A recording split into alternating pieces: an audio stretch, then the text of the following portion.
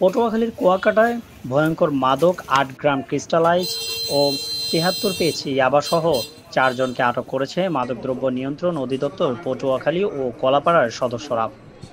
গতকাল রাত ৯:৩০টায় কুয়াকাটার প্রেস ক্লাবে এক সংবাদ সম্মেলনে এ তথ্য জানান পটুয়াখালী মাদক দ্রব্য নিয়ন্ত্রণ অধিদপ্তরের উপপরিচালক হামিমুর রশিদ। এর আগে দিনভর কুয়াকাটা পৌর শহরের বিভিন্ন স্থানে অভিযান চালিয়ে তাদেরকে আটক করা হয়। আটককৃতরা হলো লতাচাপলি ইউনিয়নের গঙ্গামিত এলাকার রাসেল মল্লিক, আব্দুর রহমান, ধুলাশ্বরের মোহাম্মদ রাকিব, পৌর শহরের ৯ নম্বর ওয়ার্ডের মেহেদি হাসান। তারা মোটরসাইকেল চালক ও হোটেল বয়ের কাজ করেন। হামিমুর রশিদ বলেন, গোপন সংবাদের ভিত্তিতে অভিযান চালিয়ে প্রথমে আব্দুর রহমানকে ৫০ পিস ইয়াবাসহ আটক করা হয়। পরে তার দেয়া তথ্যমতে রাসেলের বাড়িতে অভিযান চালিয়ে পলিথিনে মোড়ানো ক্রিস্টাল আইচ সহ তাকে আটক করা হয়। এর কিছুক্ষণ পরে হোটেল রাজীবের সামনে থেকে এর কিছুক্ষণ পরে এর কিছুক্ষণ পরে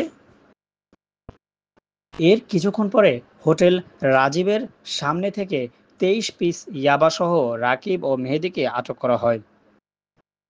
আটককৃতদের নামে মাদকদ্রব্য আইনে মামলা দিয়ে মহিপুর থানায় হস্তান্তর করা হয়েছে। ক্রিস্টালাইজ মাদকের মূল হোতাকে গ্রেফতারের চেষ্টা অব্যাহত রয়েছে। নাদিম শেখ আদর, ডেস্ক রিপোর্ট।